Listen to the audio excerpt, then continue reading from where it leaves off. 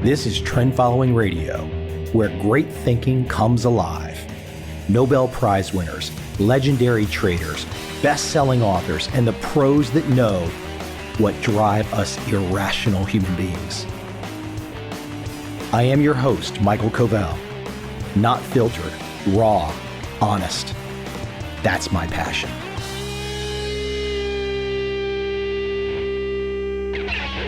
I got an email and somebody said, do you want to talk to this author about this subject? So what is this subject? Sperm count reduction. The argument that perhaps humanity is on its way to extinction because good old Mr. Sperm is disappearing. Now, we all like to think it's not for us and we're all good and all that kind of stuff, but there is a problem. There's a big problem. And we really do need to consider that if things don't turn around, wow, maybe we don't make it. We go by the way of the dinosaur, but just in a different way. My guest today, Shanna Swan, dives deep in her new book, Countdown: How Our Modern World is Threatening Sperm Counts, Altering Male and Female Reproductive Development, and Imperiling the Future of the Human Race. That is daunting. But you know what? This is a fun conversation. I enjoy the deep dive into something like this. What can I learn? What can I pull from a smart person who lives and breathes a subject like this? And of course, it's me. It's going to be a little controversial. There's going to be a little bit of that moment where you think, are those two going to get along? Are they going to yell at each other? Well, you will just have to listen to find out. Without any further delay, let's jump right into my conversation with Shanna Swan.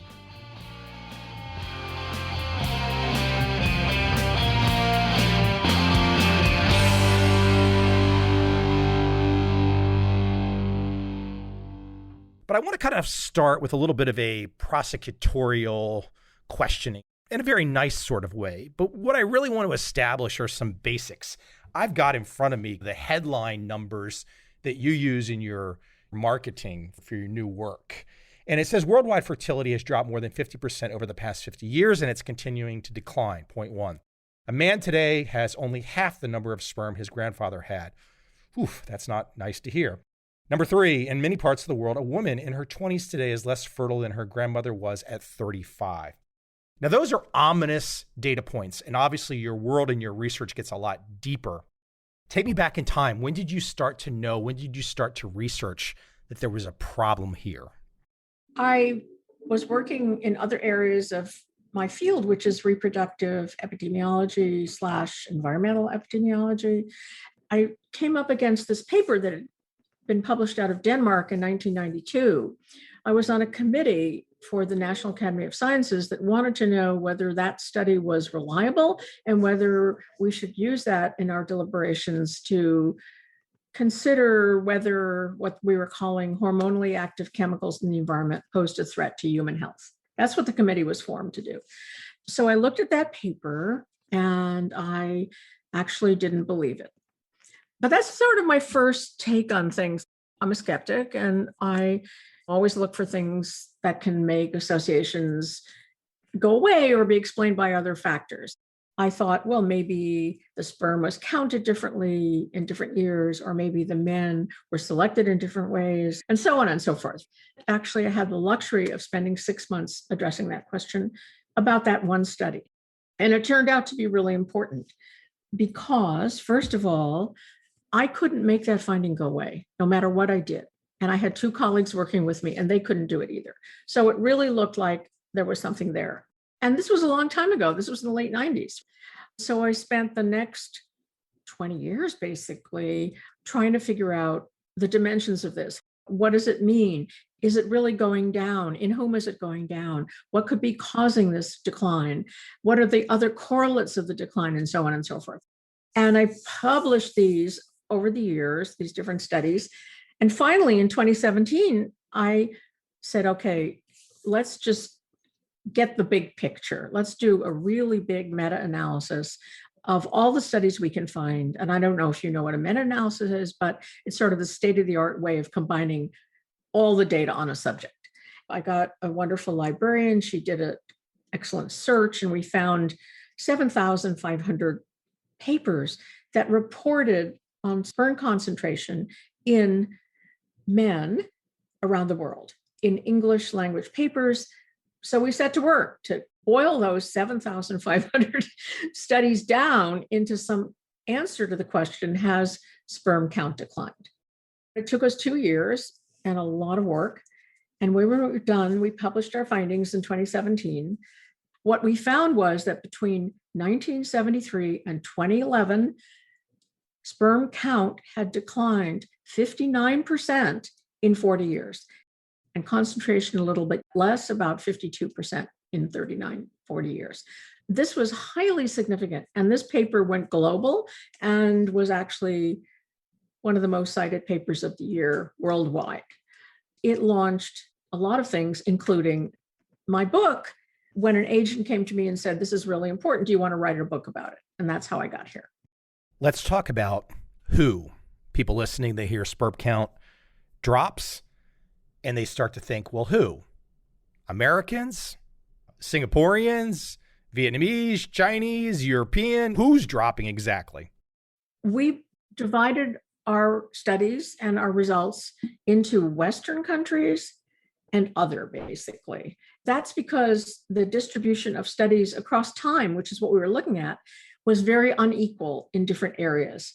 Western countries means Europe, North America, Australia, New Zealand. Other is everything else. The reason it's split like that and why we don't have a subdivision of the other is because other includes very few studies. And it turns out that most of these studies have been done in Western countries. However, the last study we included was 2011. And since then, I will tell you, there's been increasing numbers of studies from non-Western countries. Soon we will be analyzing those and updating that finding for other countries. You know where I'm driving at, though. Let's start to really unpack this. Is this an issue that you think, based on your work so far, is this an issue that is country specific or race specific or group specific?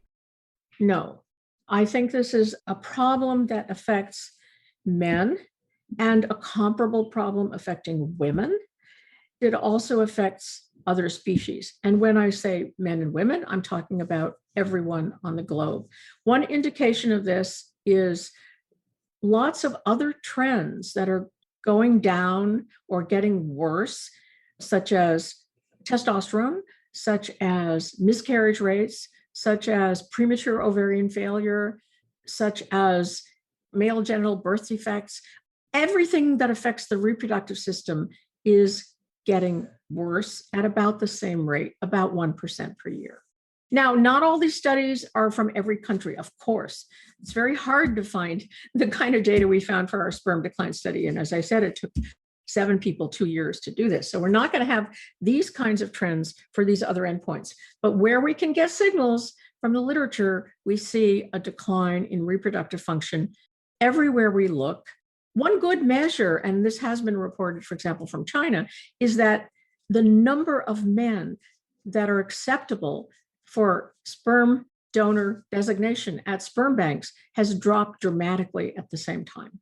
There was a paper out of China last year which showed this. By every measure, we're not doing well on the reproductive front. What I'm trying to establish here at the beginning is just what the data is showing, the problem.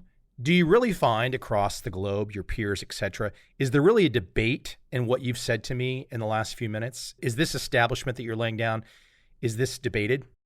It is not debated. It was debated. As I said, I myself debated it initially in 1992, but over the 25 years, there have been lots and lots of studies. And this one, our 2017 study, was so big and so solid scientifically that we have not gotten hardly any pushback at all.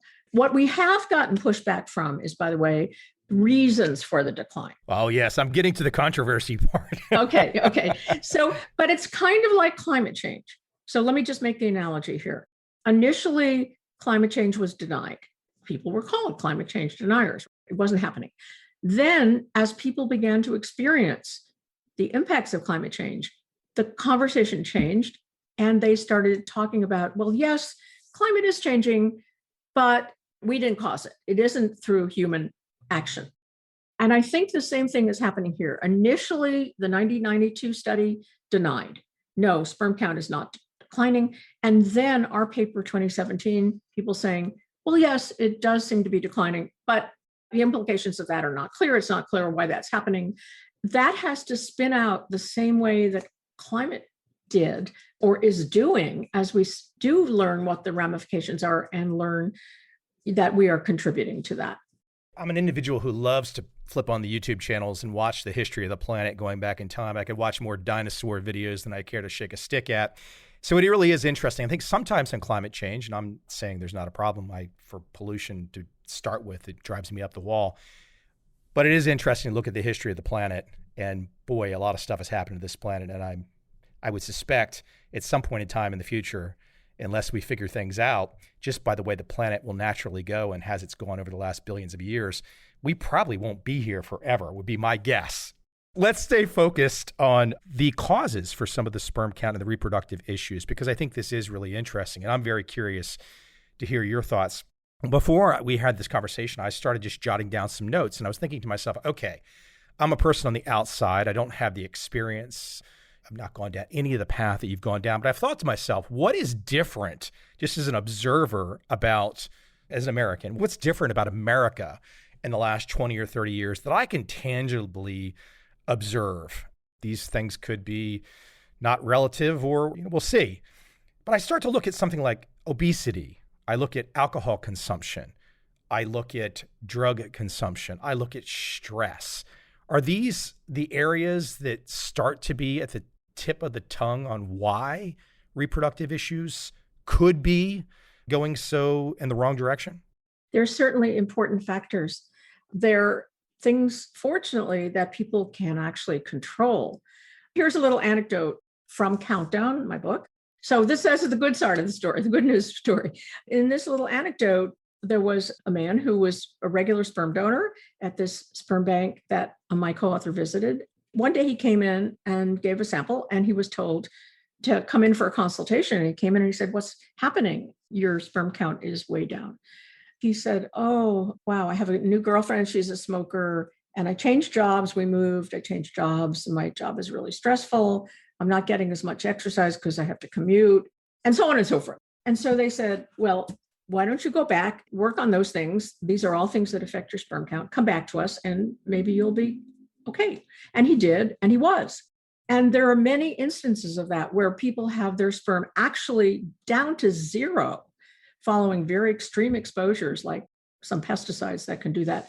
Once they stop using those pesticides, and then this is documented, their sperm count after a few months will come back to normal. So that's the good news, that you have many, many exposures and lifestyle factors, things you can control, which if you watch those, and you can bring your sperm count back up again, which is wonderful. And by the way, not just count, it's also shape, it's also motility, it's also chromosomal damage. There's lots of things that go into a good semen sample, right? But the bad news is, and this ties into the time frame that you were talking about, a man of your age, I don't know how old you are, but let's just suppose you're 19, always 19. Yeah, always 19, right? Well, let's just suppose you were 25. And 25 years ago, when you were in utero, you were in the womb, if your mother was exposed to certain things, and we'll talk about those. For example, if she smoked, if your mother smoked when she was pregnant with you, the chances are that your sperm count would be significantly reduced.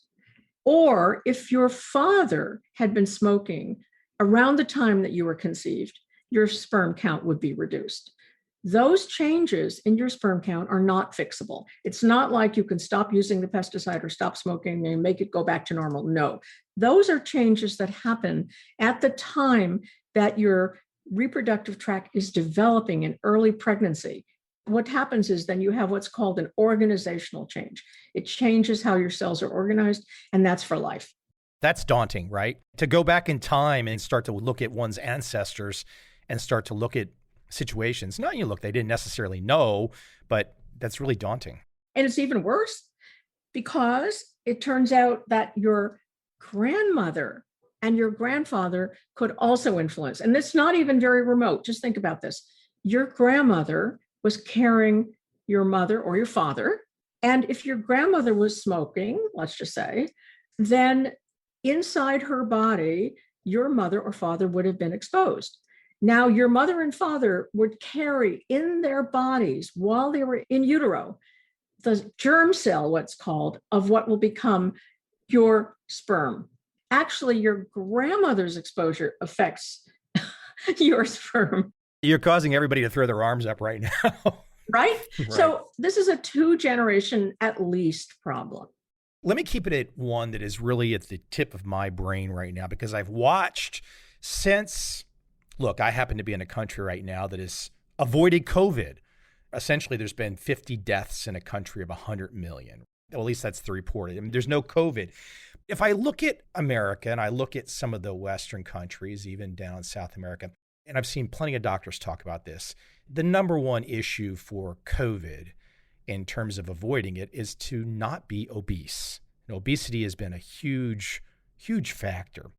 So what I'm really curious about, we just talk about obesity for one moment, in particular on the sperm count, the reproductive issues. If we were just to kind of control for that, taking a typical American obese male who's 30 years old versus a typical, and of course, you've just laid out the scenario where the mother and the father and the grandparents all make a difference. So this is hard to do. But can we make a comparison of this 30-year-old obese American male versus a 30-year-old American male who stays in shape, who doesn't drink, who doesn't smoke, and works out, not taking steroids or anything, but just works out? Can we look at those two and draw any conclusion about sperm count? I gave you that already. I said, yes, obesity, smoking, binge drinking, stress, lack of exercise, poor diet, all contribute to low sperm count. Absolutely. Absolutely. And the trend is controlling for lots of factors. It is not reflecting a change in obesity or a change in smoking or a change in diet. Why are you not on the evening news as the lead interview? What is it? I mean, this is an entirely different issue that I'm about to open up right now, but it's kind of related to this.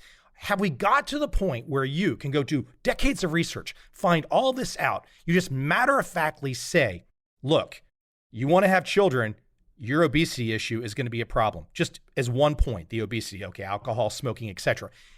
You can't say that in polite conversation anymore in America. That may be, but that's not really what I do. What I want to do is let people know that we have a serious problem with our reproductive health, and we have a serious problem with everyday products that we bring into our home that are affecting our reproductive health. That's my primary concern. It all seems intertwined because you seem to have been at the cross-section, the crosshairs of like laying out that the path that many Americans are choosing in terms of how they consume food or how they consume alcohol or cigarettes, you're laying out how that just affects potentially whether we survive as a species. And I'm not saying you have to be the person to do this, but your work sure does do it, which is saying, my gosh, we have to stop all this. And in terms of that being the conversation, it's just not. It just makes me want to pull my hair out, what's left of my hair. Yeah, well, imagine how I feel because I've been doing this for 20 years. We have all these chemicals in our body and blah, blah, blah. And people look at me like they've never heard this. But I actually think it's changing. So I think there's two things going on here. One thing that's going on here is that people don't talk about their reproductive problems. It's embarrassing. Men don't want to talk about their low sperm count. They don't want to know about their low sperm. They don't even get tested, okay? They don't want to talk about their low testosterone. They don't get tested. So that's something that's kept in the closet, if you will, dark. Okay, women don't want to talk about their miscarriages because they feel like it's their fault. By the way, it's only 50% their fault. They don't want to hear about their failure to conceive. They don't want to talk about it. Okay. So this whole area is a hidden problem. And one of the things I want to do with this book is bring this out into the open. Let's look at this. Let's be able to go into a cocktail party and say, like right now, you could go into a cocktail party and say, I had my cholesterol tested today and it's high. So I'm going to not eat this stuff. I'm going to watch this for a while. Okay. You'd be okay with that, right? Yes? Yeah. Yeah, you're with me? Okay. Suppose you went to a cocktail party and said, I had my sperm count checked today and boy, it's really bad. And I feel really bad about that. Would you say that? Yeah. Probably not. You would? Well, most people probably would not, because men feel that this is part of their identity, their masculinity. They definitely assume that when they get ready to have a child, they'll be good to go. And in fact, a lot of them won't. The first thing that has to happen before this bigger problem is recognized is that we have to be able to talk about it. Let me keep it focused here on the big picture issues, because the reason I brought up COVID as well is it sure seems like, and I know you're focused on the reproductive health, but it's like if you walk into that same cocktail party and you look around the room and you see half of the people in the room appear to be of a normal, healthy physical shape, and half of the room appears to be obese, you can draw some conclusions with some confidence. There's a bell curve here. You're not going to get it all right, but you can draw some conclusions with some confidence, can't you? I can't. Honestly, I don't study COVID and I don't really want to talk about COVID. I'm not talking about COVID. I'm talking about obesity. I'm talking about obesity in reproductive health. So if you walk into the room and you see half the room looks healthy and half the room looks obese, you know that the odds say the obese side of the room is going to have reproductive health issues. That's a fair assessment? Not quite. It's certainly a risk factor. Absolutely. But so are the other things I mentioned. Smoking is a really big one. As I mentioned, binge drinking is a really big one. Eating fatty foods, eating certain foods that contain these chemicals that we haven't yet talked about. So I think these lifestyle things like obesity, and by the way, lack of exercise, are important, but they're not recognized as a glaring, I couldn't walk into the room and tell you who had fertility problems by their body weight. No. I'm still trying to wrap my arms around this, because I guess when I think of obesity, I think of, okay, a lot of things went into the situation to get to that point. Most likely eating all the bad foods that you just talked about, most likely alcohol, a lot of things. So I'm trying to get to some understanding of how people can take your work, take your information and say, well, gosh, what can I do to put the odds on my side? And it sure seems like one of the first steps could be, if you're a male and you want to get to the place where the doctor's not saying your sperm count looks terrible or non-existent, and if you do happen to be morbidly obese, that's like literally the first thing that one can control to take advantage of. And this was the same reason I brought up COVID. Not to talk about COVID, but to talk about what I think so many people don't want to talk about. So when I look at your work, I say, well, gosh, this is so amazing, because it's just another piece of the equation that says this lifestyle that we, particularly Americans, and I guess spreading around the world, have gone down the wrong path. And look, here's what can happen when you go down the wrong path. Right. But for me, honestly, the wrong path is only partly defined by obesity. And by the way, body weight, there's a sweet spot.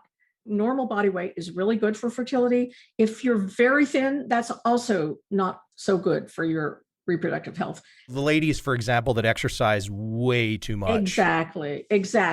That's exactly right. And the same thing with alcohol, by the way. A modest amount of alcohol is optimal. No alcohol at all is actually a slight risk factor for impaired reproductive health. Binge drinking certainly is. So we have these, what we call non-monotonic dose responses. It's not linear. It's not simply that more is worse. So you have to look at the whole curve. Let me bring up two more issues that spur my thinking. Antidepressants and birth control. Give me your best thoughts. I mean, look, antidepressants, Big Pharma has done really well in the last 30 or 40 years, and a lot of America is taking a lot of different stuff. I mean, that's something I know you'll see. I'll see the occasional reports that if you go look at the sewage water supply, you can find the antidepressants there. Of course, you can look at birth control, and that is something that has exploded as well in use. How do both of those usages factor in terms of sperm count? I actually don't know that that's been studied very much, but there are some studies of birth control in water systems that have been contaminated by estrogens in birth control pills that actually affect fish. I know studies on that. I don't know studies that are tying birth control in the environment, is what you're talking about, Not in the woman. In the woman, it's not a risk factor. So there's no risk factor if a woman has been taking birth control in terms of the male sperm count? No, I've no evidence for that. I mean, the woman's taking it. How would he get exposed? You were laying out the scenario that the mother's activity was smoking or the grandmother's activity was smoking. So I was just naturally concluding that if one was introducing hormones into a woman with a situation where we don't really know, for example, exactly what is taking down the sperm count, I'm just thinking, well, okay, if there's been an influx of more and more women taking more and more birth control, could that be a potential factor? I think it's a good question. I think it's a really good question. However, I will tell you one example where this has happened, and that is something like the estrogen in birth control. And that's a drug that women took in the 70s and 60s and 50s, actually, to prevent miscarriage. Then that was estrogenic, just like BPA, which makes bottles hard in plastic. And that estrogen, called diethylstilbestrol, deeply damaged the reproductive systems of particularly the females and to some extent the men. And that has been shown to be passed on to 3 generations. The grandchildren of those mothers that took that drug now have reproductive problems. You're right. You can get this from your mother, from your grandfather, but I've not seen this for birth control pills. Okay, but as we sit here, not knowing the exact reason and looking at many different reasons, I'm not saying there's something bad about it. I'm just trying to, I wrote down the expression here from your work. It's a hormonally active chemical. And I first thought was like, oh, okay, does that include something like birth control? And has birth control been analyzed? I actually started my work in this field by studying effects of birth control pills.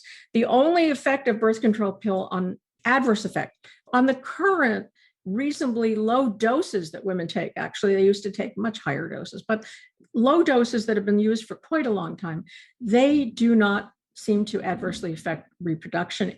There's some evidence that they may make it a little harder to get pregnant, might take an extra month or 2, but that otherwise not.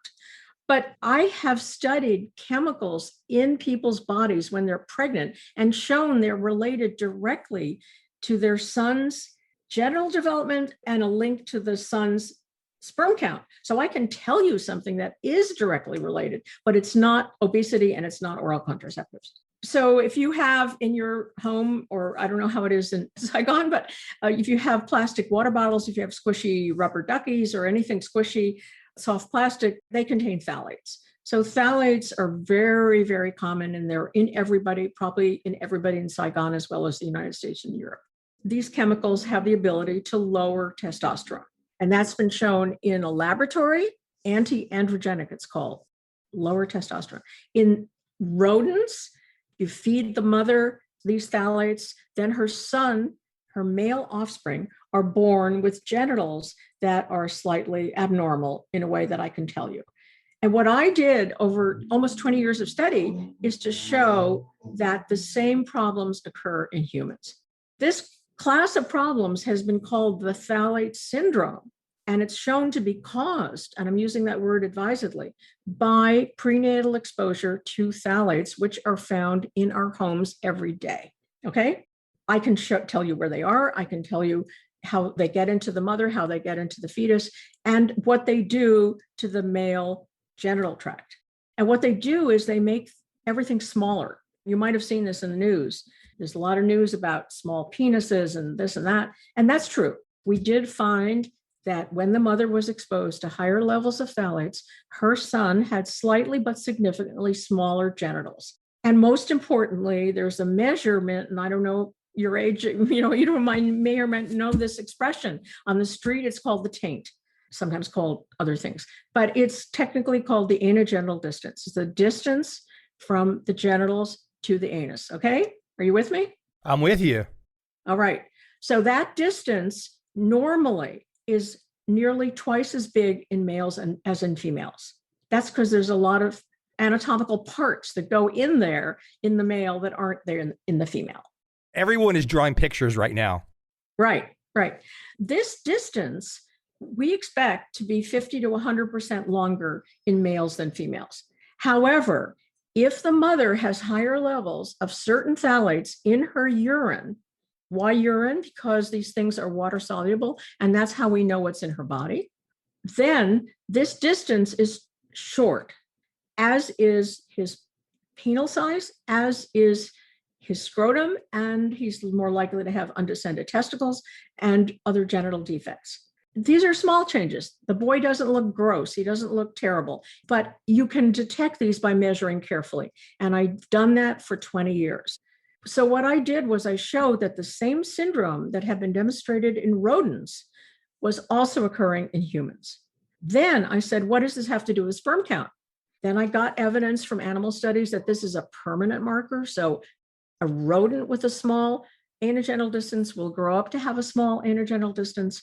In humans, we haven't made that complete link because our babies haven't become 20 something years old. However, in adult males, when this distance is short, guess what? Those men have low sperm count, and those men are more likely to be infertile. This is published, replicated, unquestionably the case. Terribly interesting for everyone to consider. So far in this conversation, we put a lot of things on the table: stress, obesity, alcohol, smoking, plastic bottles. For me, for my lack of scientific term, what's called the plastic bottle syndrome.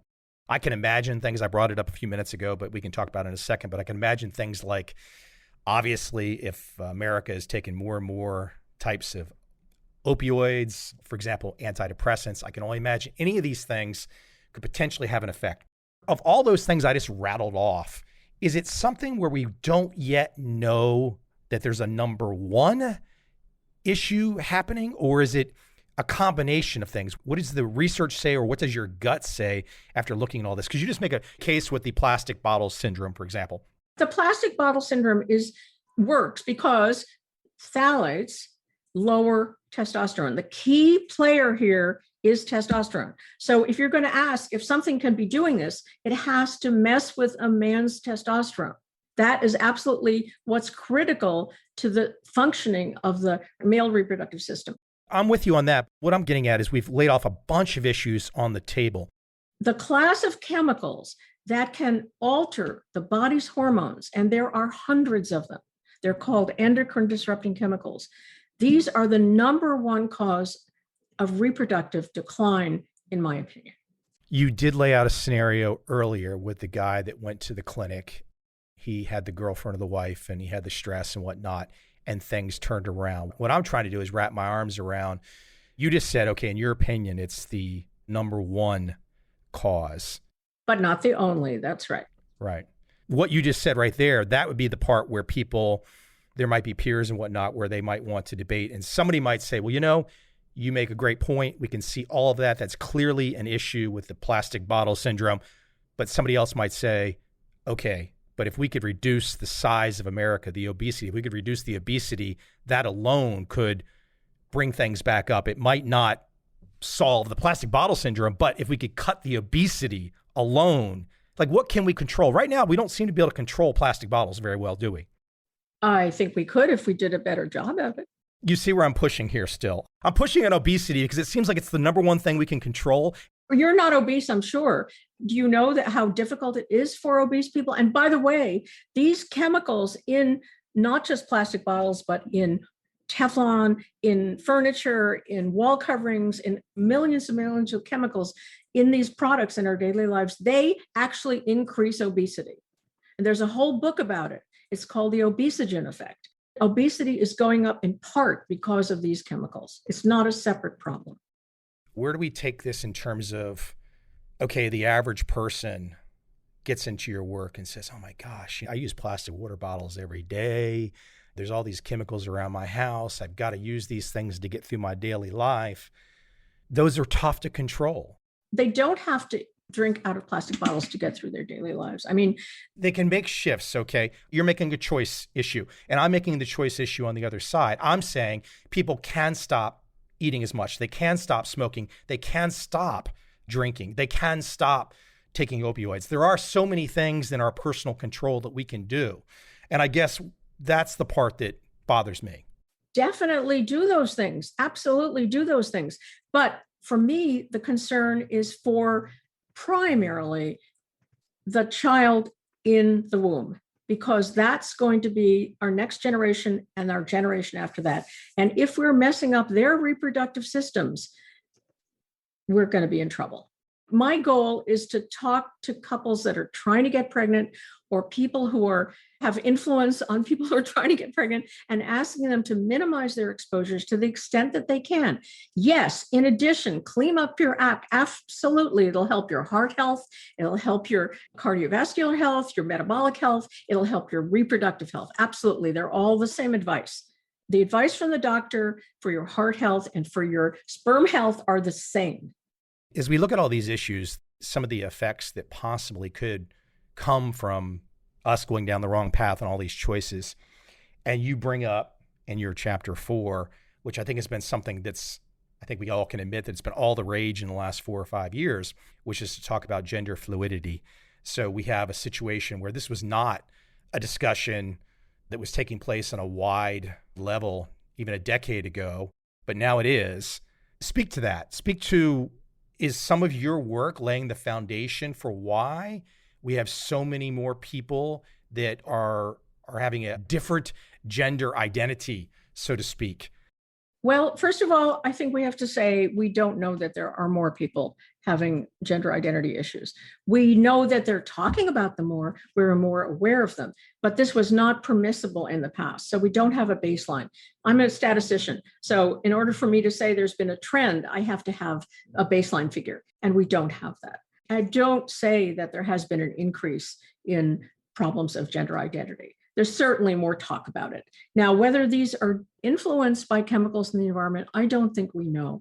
And that's what we say in that chapter, by the way. The reason we don't know this is because my science, good science, is driven initially by animal experiments. Because the animal experiments allows you to do something experimental. You can assign an exposure and you can see what happens and you can observe causality. You can't do that with people. There's no way to assign this plastic bottle chemicals or Teflon chemicals or whatever. You can't do that for people. So you just have to observe them. And when you observe people, what you observe is lots of factors that go into why did they choose these bad exposures, what kind of people they were, and so on. Animal studies are critical. You can't ask an animal whether he or she feels like they were born in the wrong body. And that's something that people who have gender identity issues feel. Their assignment at birth was incorrect and they are in the wrong body. Whether animals feel like that, I just don't know. Before we started chatting, we had a little kind of off the air conversation where we were talking about where I was in Vietnam. And I said something to the effect of, it's a country of 100 million people and they've just produced a lot of kids in the last 30 or 40 years. I mean, it's a country that's 100 million and 50% are under the age of 35. So a huge baby boom after the war. As I said that, though, you were attempting to open it up right there. I didn't realize what hot button I was pressing, but you brought up Singapore in particular. Singapore, a place that I love to go to. Unfortunately, with COVID, we've been unable to travel that 90-minute flight for a while now. And I've got a lot of friends that listen to this show from Singapore. You go to Singapore and you think, well, they've got all the money in the world and they got all the success and everything's nice. Off the air, you immediately jumped in on some data about Singapore. Why don't I let you take it from there? So the fertility rate is the number of children that a woman has. And if that is 2.1, then we say the population is at replacement level. So a couple has 2.1 children on average, 2 people and a little extra. When that goes below 2, then we're below replacement.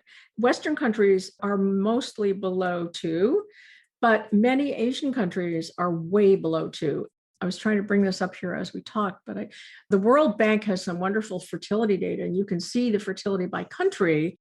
Singapore, I believe, is at 1.0, which is the lowest reported ever children born per couple. And I know that they have tried to get that number back up and offered financial incentives and so on, and they have not been able to do that.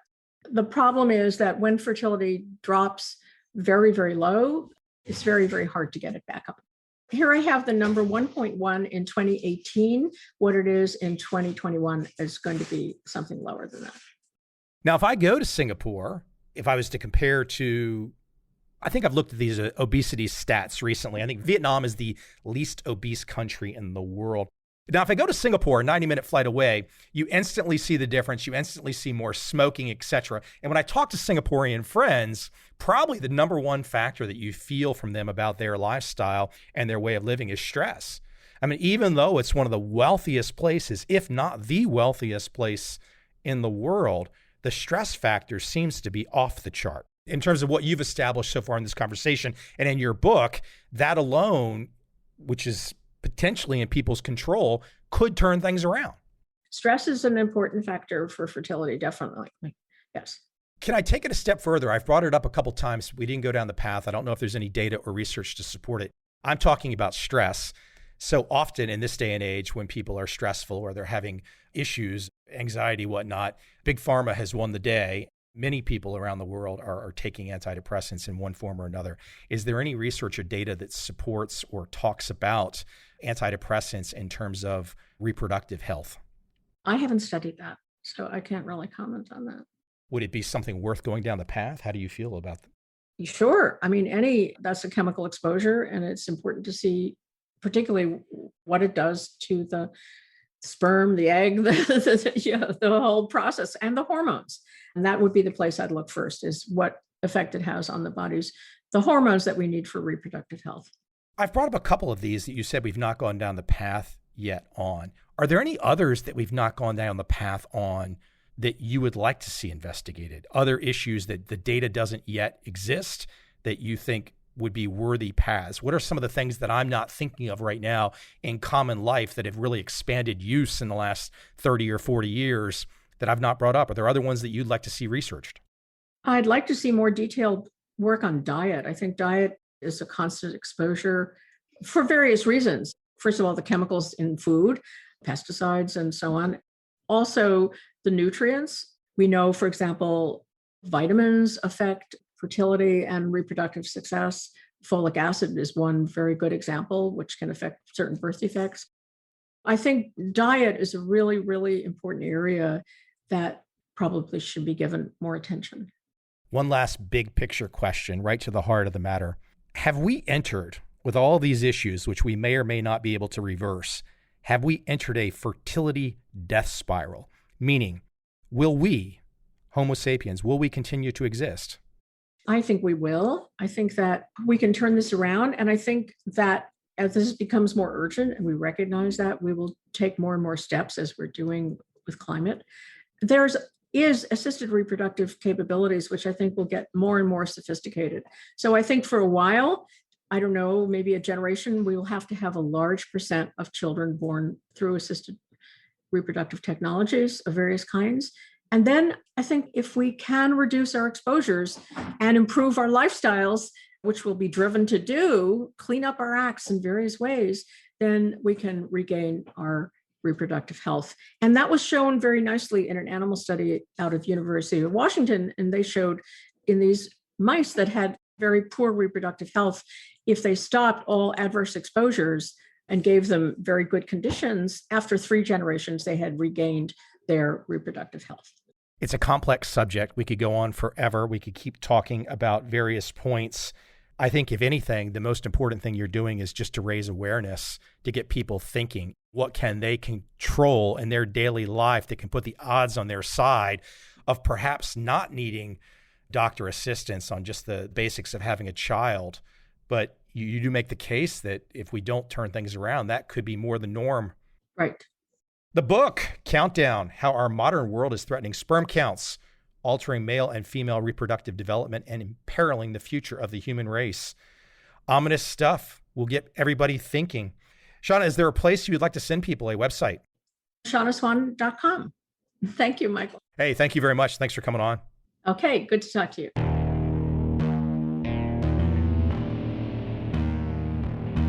I see a time when those awake will understand how to make money in up, down, and surprise markets. Whether new trader or experienced, college student or financial advisor, protecting against a crash or just trying to make a lot of money, Trend Following offers everyone an answer in uncertain times. To get started immediately, send me an email, michael@covel.com, I will send you the right trend following steps to take along with my free video. But if you want to buy and hold, trust the government and trust Wall Street, this is absolutely not for you.